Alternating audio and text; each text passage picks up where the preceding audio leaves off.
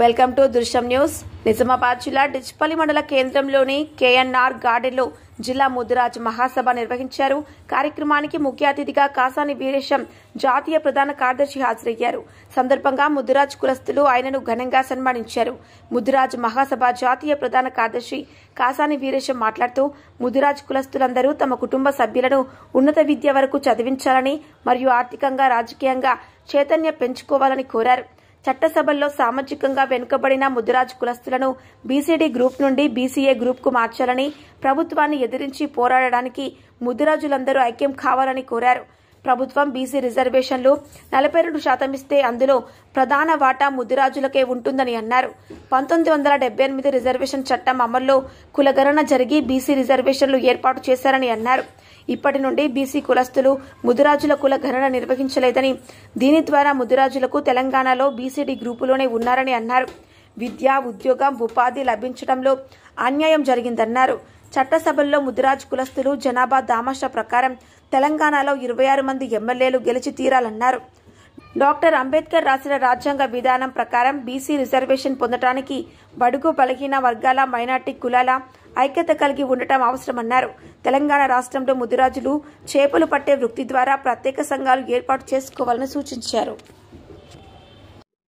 ఈరోజు నిజామాబాద్ జిల్లా యొక్క ముఖ్య నాయకుల సమావేశం ఈ రూరల్ ప్రాంతంలో డిచ్పల్లి వేదిక పైన జరుగుతున్నటువంటి యొక్క కార్యక్రమము, నిజామాబాద్ జిల్లా కార్యవర్గం తీసుకున్నటువంటి ఈ యొక్క మీటింగ్కి వివిధ మండలాల నుంచి వచ్చినటువంటి ముదిరాజు ప్రముఖుల ఆధ్వర్యంలో రాబోయే రోజుల్లో బీసీలో వాళ్ళ యొక్క పాత్ర, అలాగే ముదిరాజుల యొక్క పాత్ర ఏ విధంగా ఉండాలి, లోకల్ బాడీస్ ఎలక్షన్స్లో ఏ విధంగా మనం కంటెస్ట్ చేయాలి అనే కాన్సెప్ట్ మీద చర్చ జరిగింది.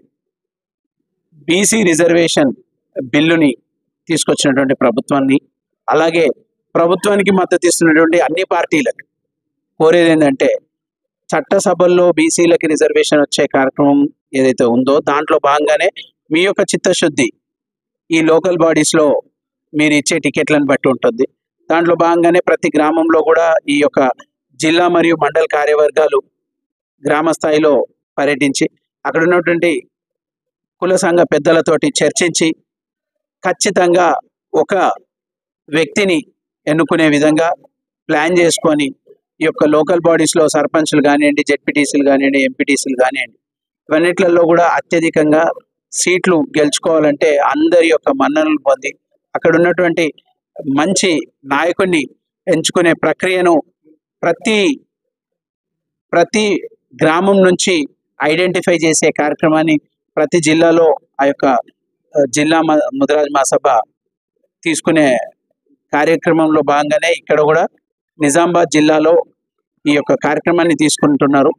దాంట్లో భాగంగానే ఇక్కడ చాలామంది ప్రముఖులు గ్రామం నుంచి, ప్రతి గ్రామం నుంచి వాళ్ళ యొక్క ప్రతినిధులు, అందరి ప్రతినిధుల సమక్షంలో ఈ యొక్క నిర్ణయం తీసుకోవడం జరిగింది.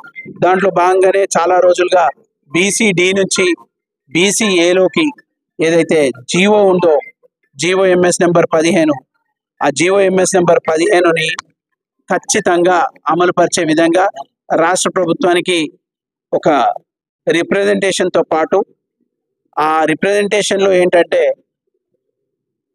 డిసెంబర్ 1 లోపు ఆ యొక్క జీవోని అమలు పరిచే విధంగా ప్రభుత్వం చర్యలు తీసుకోవాలి. లేని పక్షంలో డిసెంబర్ 1వ తారీఖు రోజున ఆదిలాబాద్ నుంచి అలంపూర్ వరకు ఉన్నటువంటి నేషనల్ హైవే 44ని నేషనల్ హైవే పైన నిరసన తెలియజేసే కార్యక్రమాన్ని ఈ యొక్క తెలంగాణ రాష్ట్ర ముదిరాజ్ మహాసభ చేపడుతుందని తెలియజేస్తూ, దానికి సంబంధించి ప్రతి ముదిరాజ్ బిడ్డ రోడ్డుపైకి వచ్చి వాళ్ళ యొక్క నిరసన తెలియజేసే కార్యక్రమం తెలియజేయాలని, దాంట్లో భాగంగానే బీసీలకు రావాల్సినటువంటి చట్టసభలతో పాటు లోకల్ బాడీస్లో కూడా రిజర్వేషన్స్ ఉండాలి. జనాభా దామాషా పద్ధతిలో రిజర్వేషన్ అమలు పరిచేందుకు ఈ రోజు ఏదైతే లోకల్ బాడీస్కి సంబంధించి అందరూ మాట్లాడుతున్నారు, దాంతో పాటు చట్టసభల్లో కూడా బీసీలకు రిజర్వేషన్ ఉండాలి.